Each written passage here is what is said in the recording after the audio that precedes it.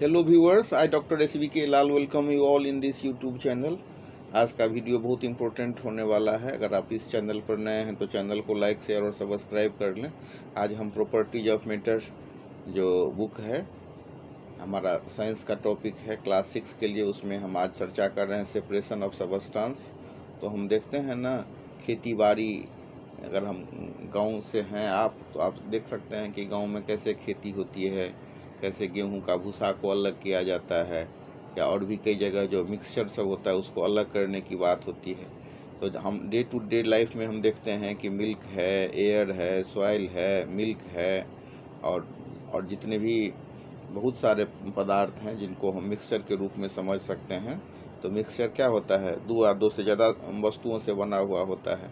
In our day to day life we come across a variety of materials like soil, air, oil, milk and so on. Most of these materials are mixture. ये सब क्या होते हैं? तो ये mixture होते हैं। Mixture के लिए हिंदी में शब्द है मिश्रण। तो इस तरह से हम मिश्रण को समझ सकते हैं। एक दूसरा होता है यौगिक भी। तो यहाँ पर हम जो विधि है जिसके द्वारा हम मिक्सचर को अलग करते हैं उस पर चर्चा करेंगे। आइए सबसे पहले शुरू में हम चर्चा करते हैं कि what is mixture. A mixture is formed when two और more substances are mixed together in any proportion. किसी भी अनुपात में, अनुपात निश्चित नहीं है, जब दो या दो से ज़्यादा वस्तुओं को हम एक साथ मिला देते हैं तो मिक्सचर का फॉर्मेशन होता है। अब कुछ मिक्सचर का उदाहरण से हम समझेंगे कि जैसे एयर है, तो ऐसे एयर में क्या सब का मिश्रण होता है? अलग अलग तरह का गैस, जैसे nitrogen, oxygen, carbon dioxide, argon, dust particle और वाटर वेपर, ये सब का मिश्रण होता है एयर में। एयर में कोई एक गैस थोड़े ही होता है।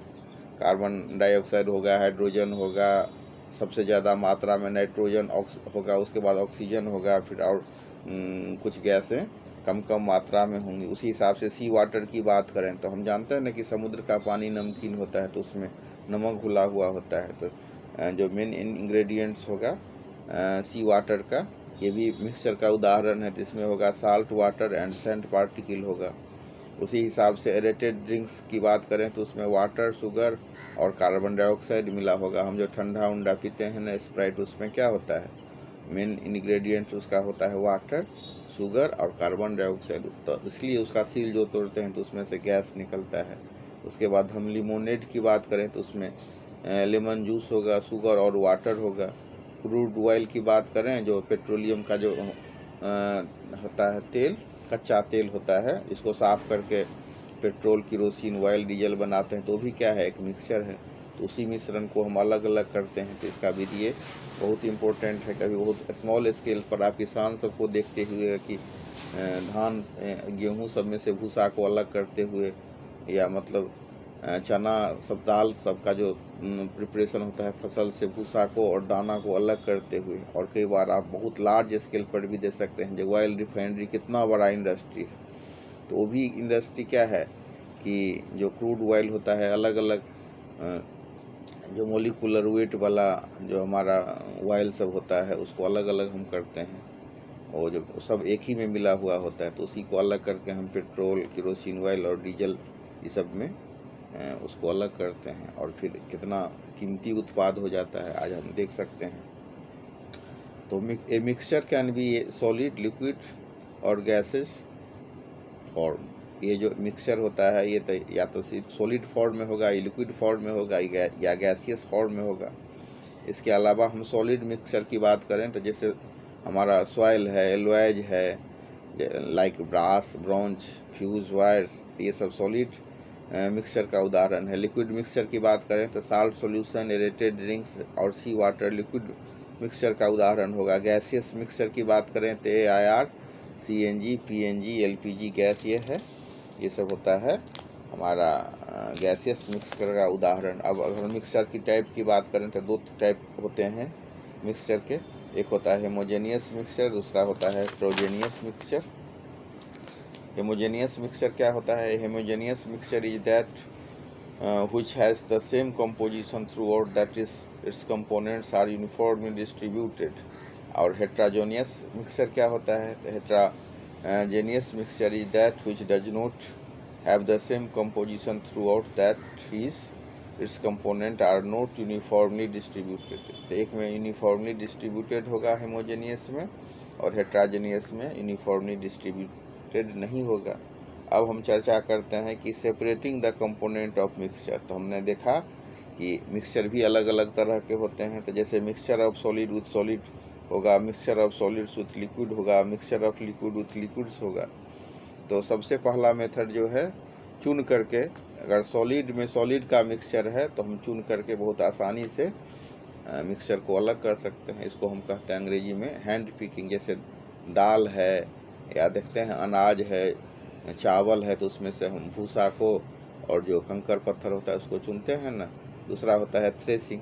थ्रेसिंग में क्या होता है, this method is generally used by farmers to separate the grains from the stalks after harvesting.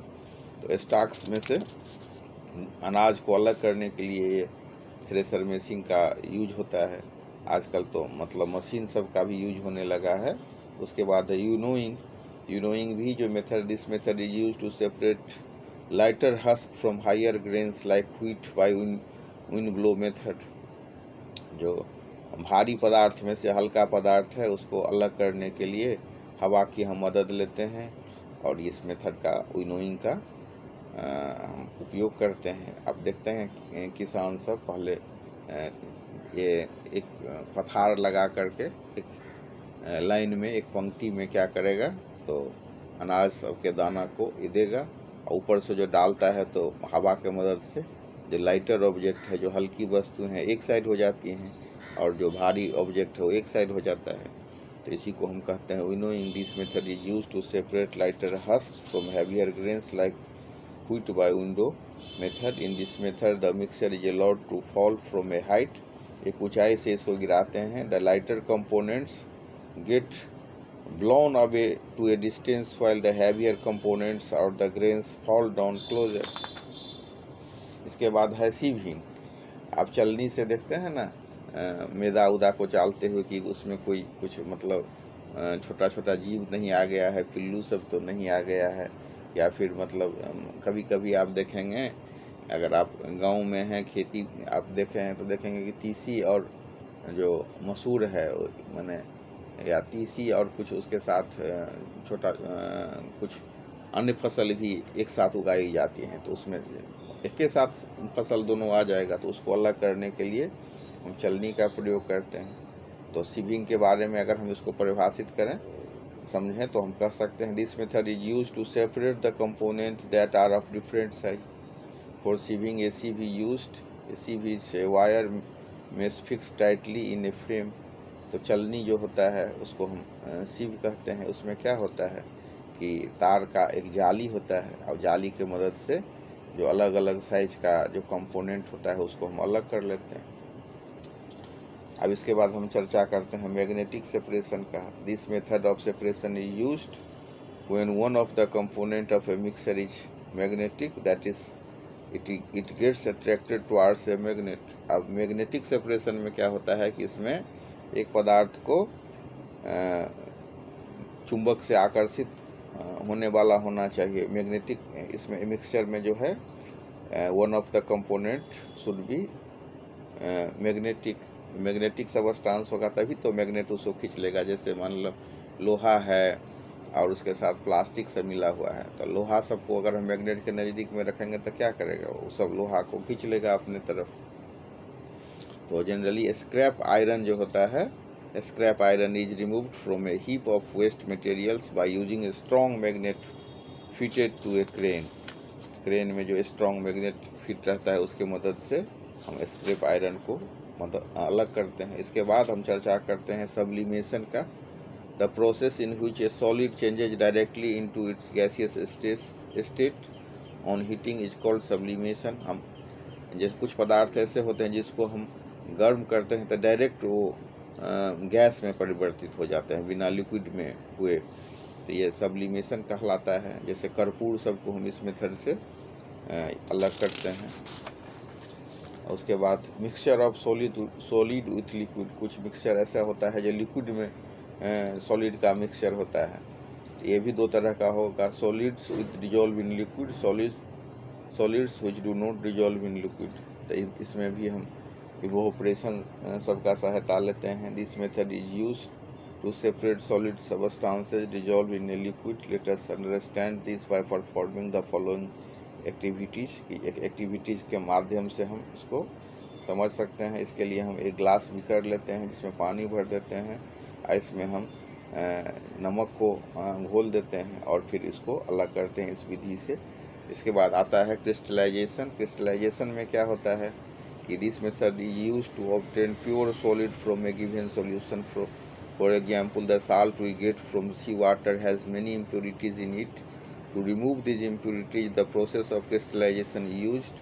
तो crystallization को जो परिभाषित किया गया है, crystallization is a process which separates a pure solid in the form of its crystal from a saturated solution. इसके बाद आता है sedimentation of decantation.